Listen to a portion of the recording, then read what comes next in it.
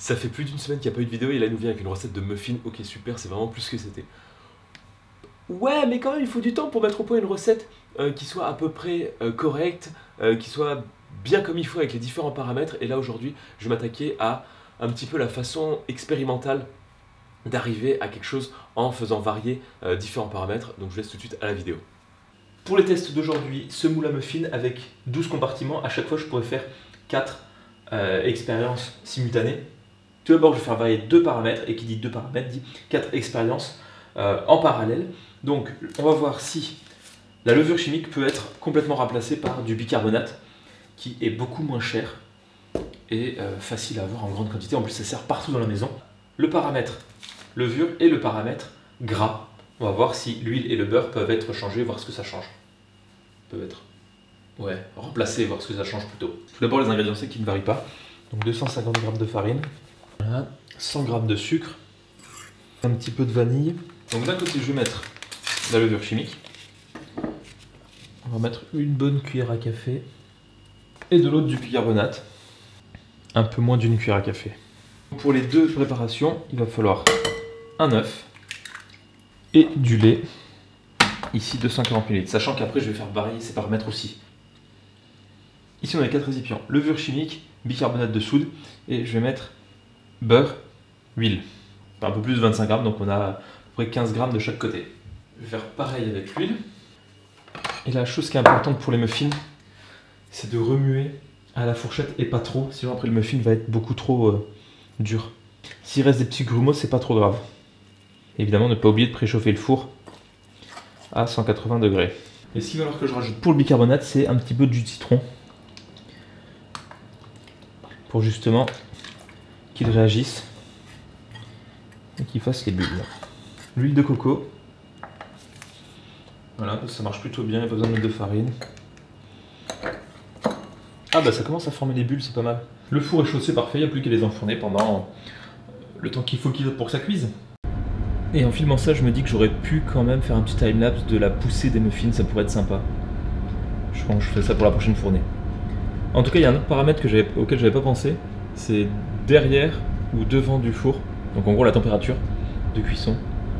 C'est pas mal avec là la plaque de 12, ça me fait un petit gradient sur lequel je peux faire d'autres mesures. Parfait. Là c'est dans le même ordre, bicarbonate, levure. Le bicarbonate donne cet aspect très marron. Ce qui va se passer pour la suite des événements, c'est que je vais prendre la meilleure combinaison des 4 et je vais continuer avec ça pour modifier les tests. Je vais pas faire chaque paramètre avec tous les autres, je n'en sortirai pas, donc à chaque round, je prends le meilleur de celui d'avant. Et je continue comme ça. J'attends que ça refroidisse un petit peu quand même. Beurre, huile, bicarbonate, levure. Je vais en goûter, je vais laisser ça de côté. Parce que ça, visuellement ils ont gonflé autant, donc si le bicarbonate a bon goût, je vais continuer avec le bicarbonate parce que j'en ai plus. En termes de moelleux, très similaire, en termes de croûte, pareil. Mais je préfère le goût du bicarbonate. C'est reparti pour la deuxième série de tests. Je vais partir sur du bicarbonate, donc une cuillère à café et demi. C'est pour la partie sèche, un petit peu de vanille. Et je sépare ça en 4. Vu que j'ai pas vu une différence complètement significative et que c'est beaucoup plus simple à faire, je vais mettre de l'huile dans chacun de ces muffins. Voilà, maintenant il faut que je me débrouille pour mettre un quart d'œuf dans chacun. Voilà. Bon, je fais pas ça non plus dans un labo avec toutes les conditions expérimentales identiques. Vu que j'ai fait la salade de fruits la dernière fois, il me reste pas mal de jus de fruits et de boissons différentes. Donc là, je vais tester ces 4 boissons. Donc, jus de raisin, jus de pomme, jus tropical. Hein, ouais, voilà. Et du lait de noisette. C'est particulier. Allez, je vais mettre devant. Et voici les 4 préparations. Voilà, chacune avec sa couleur différente. Il n'y a plus qu'à mettre dans les moules assez rapidement. Comme tout à l'heure, hein. Sauf que là, je ne vais pas nettoyer. Hein, parce que c'est très bien comme ça. Mettre un petit peu d'huile de coco. Noisettes, multifruits, pommes, raisin. Et direction le four.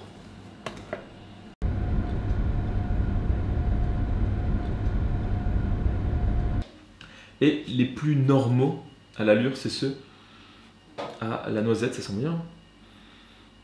Ceux-là, ils ont gonflé, mais de façon... Et je pense que... Ah, ils sont super légers. On sent pas vraiment le jus de raisin. c'est que je mets pas de garniture, donc c'est un peu sec. Pomme, c'est super bon. Avec de la cannelle, ça aurait été nickel. Et des petits morceaux de pommes peut-être, mais...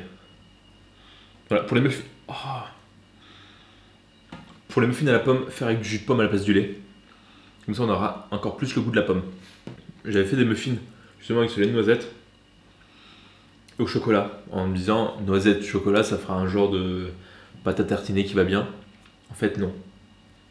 Ça peut être bizarre ce que je vais dire, mais c'est une association... Enfin, vous voyez, quand on fait revenir les sachets surgelés de fruits de mer, et à la fin, cette odeur un petit peu... La pellicule blanche qui se forme et qui reste au fond de la poêle. Et ben ça a le goût de l'odeur de ça. Voilà. Pas les meilleurs, ceux avec le lait de... une noisette. Donc là, il est quand même temps de faire une recette qui sera bonne. Hein, et avec les petits tests que j'ai fait, je vais compiler tout ça. Comme ça, je pourrai les apporter demain au lycée. Un petit peu de vanille. Et surtout de la cannelle, parce que je vais faire des pommes cannelle. 240 ml. Enfin 240 grammes. Hein. Et 50 grammes d'huile. Et du jus de citron. Et donc là, je rajoute un petit peu de cannelle et des morceaux de pommes râpées. Pour quand même qu'il y ait un petit peu de surprise et d'humidité là-dedans. Voilà, plus qu'à les mettre au four. Donc ces derniers muffins, ils étaient bons. Mais il manquait quelque chose, ils étaient un petit peu sans surprise. Hein, donc il y avait, ils étaient relativement... Ils étaient pas secs. Ils étaient sucrés comme il faut, mais on ne retrouvait pas forcément la pomme. Et là, ce que je veux faire, c'est justement qu'on retrouve cette pomme de manière un peu plus présente. Enfin, qu'on retrouve cette pomme, quoi. Et donc, je vais faire des petits morceaux de pommes caramélisées avec un peu de sucre et un peu de beurre dans la poêle pour essayer de faire un insert dans ces muffins. En tout cas, la base de la pâte était bonne. C'est reparti pour faire la même base de muffins que tout à l'heure. Voilà, la pomme râpée et on met tout le liquide. Et on incorpore les pommes caramélisées. Ah, mince. Ils tiennent pas forcément très bien. Est-ce qu'ils sont pas trop humides? Je vais laisser refroidir un petit peu. Pour ce nouveau test de muffin, je vais changer d'autres paramètres. On va s'attaquer à la farine et au sucre. Donc on s'attaque à 2 paramètres, donc 4 fournées. Ici de la farine de blé classique de supermarché. Ici de la farine semi-complète bio T110. De ce côté du sucre blanc en poudre premier prix du supermarché. Et ici du sucre de canne bio semoule brun. Donc qui est beaucoup plus aggloméré, beaucoup plus humide, je pense. Enfin, voilà. Donc on va tester tout ça. On part avec les mêmes proportions. Donc ici, tous les trucs raffinés. Donc farine blanche, sucre blanc. J'ai reçu aussi bicarbonate. Farine semi-complète, sucre blanc. Farine semi-complète, sucre roux. Donc normalement, celui-là serait le plus sain, hein, le plus complet.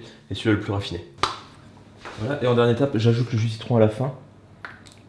Vous sentez la proportion à quand même à vouloir être savant fou, testeur de produits ou inventeur. Et ils ont tous bien gonflé. Bientôt cuit. Après ils vont un peu retomber une fois qu'on va ouvrir le four. C'est pour ça que je les filme maintenant. Voilà. Comme ça il n'y a pas énormément de différence.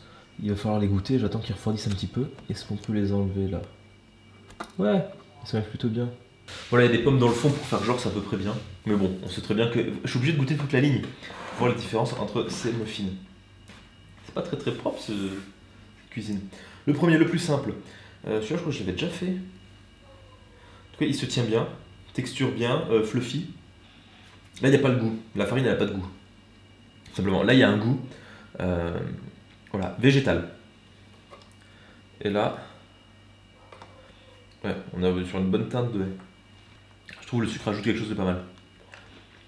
Et là où j'avais peur que ça gonfle pas, et ben c'est pas forcément le cas. Hein. Ça se tient plutôt bien. Voilà, maintenant on va mettre de la garniture. Bon, après tous ces tests, j'aimerais quand même faire une recette de muffins qui soit pas mal. Avec une garniture qui soit pas juste des biscuits secs. Hein. Pas secs. Donc on est parti sur 250 g de farine, du sucre, du bicarbonate, cannelle. Donc là on sera sur quelque chose qui sera vraiment rustique. Hein. Donc dans les 6 qui sont là, ce que je vais faire, c'est que je vais mettre de la crème de spéculoos au milieu. Je vais mettre de la crème de marron. Ça a un petit peu bavé sur les bords, hein. Mais bon. C'était parfait, ce serait pas moi. Plus qu'à mettre ça au four. Là c'était raté, c'était beaucoup trop liquide, il y avait trop de pommes. Suivant. Il est enfin temps de faire des vrais muffins après toutes ces expérimentations et je vais partir sur des pommes cannelle et quelque chose d'assez rustique. Donc 250 g de farine semi-complète. Bon, on va changer. 200 g de farine semi-complète et 50 g de farine de seigle. Et là, je voulais faire des choses assez scientifiques au départ. Il y a tout qui part n'importe comment. On va prendre 90 g de sucre, une cuillère à café et demie de la cannelle, un petit peu de vanille, jus de pomme 230 ml, 45 ml d'huile, un œuf et 2 cuillères à soupe de jus de citron. 3 pommes coupées en morceaux et revenues dans un petit peu de sucre et de beurre. C'est la couleur du rustique qu'on a là. Donc si par hasard les moules sont pas complètement propres parce que vous faites 4-5 fournées par jour, c'est pas un souci, hein, ça reste de la pâte à gâteau. Donc là on est à la consistance qui est plutôt bien, ça reste léger, les bulles commencent à se former. Donc je pense, d'après mes essais, là c'est la bonne consistance pour les muffins. Là je vais juste les faire nature. Il y a eu d'autres fournées, j'avais essayé de faire des inserts avec une crème de spéculoos ou avec une crème de marron, mais c'est pas... Ça rend le truc un peu plus lourd. Bien humide avec pas mal de garniture. Là on y est presque, mais c'est pas encore ça. Allez, dernier essai pour cette vidéo. Je vais être à peu près quasiment au 10e. Voilà, c'est bête les muffins, j'ai pas de recette qui marche bien. Donc là on repart. Farine, sucre, bicarbonate. J'ai rajouté des graines de pavot. Et voilà, donc toujours la même proportion. Et là, jus de pomme, œuf, jus de citron, huile. 3 petites pommes et une poire. Voilà, les moules sont prêts. Sauf que là, je vais faire quelque chose d'un petit peu différent. Déjà, j'ai augmenté la quantité de pommes pour qu'il soit vraiment moins sec. C'est pas qu'il soit particulièrement sec, mais on aime bien avoir le côté moelleux des muffins. De toute façon, toutes les recettes, si je change tout d'un coup, ça ne marchera plus. J'ai rempli à peu près aux 2/3. Ce que j'ai fait à côté ici, c'est un caramel beurre salé. La consistance est parfaite pour remplir ici. Ça commence à durcir, il est encore tiède chaud. Et comme ça, on aura un petit cœur fondant au caramel. Voilà, on s'éloigne de plus en plus d'une recette saine. Mais j'ai l'impression, avec cette recette, d'avoir atteint un plafond de verre pomme cannelle. En espérant que la garniture ne coule pas. Ça m'est déjà arrivé. Et après qu'elle soit au fond. J'avais déjà essayé de la confiture. Quand j'avais fait des muffins fruits rouges. La confiture était arrivée au fond, elle avait collé au fond et c'était pas génial. Là j'espère que ça va pas trop coller, ça a l'air de vouloir s'enfoncer. Ça me paraît plus dense que la pâte, qui est assez légère. Voilà, c'est parti pour à peu près 40 minutes à 180 degrés. Et voilà, tout juste sorti du four. Donc encore bien chaud, certains ont coulé. On voit que le caramel il s'est un peu barré là sur les bords. Donc là c'est un mélange cannelle, sucre, poudre d'amande, sucre glace et un petit peu de sucre roux. Et oui, aussi un petit peu de vanille. Voilà, je vais laisser reposer un petit peu. Oula, le caramel rend le truc un petit peu compliqué à... Non, ça va, ça sort. Ah.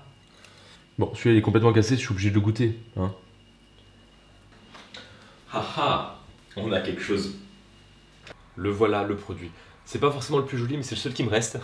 Parce qu'il y en a quelques-uns qui ont été cassés. J'en ai apporté au lycée, ça a fait fureur. Voilà. Un poil trop sucré, donc il y a tous les ingrédients dans la description, toutes les étapes, tout ce que j'ai pu mesurer, et j'ai enlevé un petit peu de sucre par rapport à ce qu'il y a dedans, parce que mettre du sucre par-dessus et du caramel à l'intérieur, forcément, c'est sucrant. Voilà. Et là, on arrive à quelque chose qui est mon produit fini, voilà. Le dessus est vraiment pas mal. On a tous ces morceaux de pommes, et là, voilà, faut pas lésiner sur les pommes. Je pense que 4 pommes pour 12 muffins, c'est très bien. Enfin, 3 pommes et une poire. Le caramel apporte cette surprise au muffin et ça rend le truc beaucoup plus gourmand.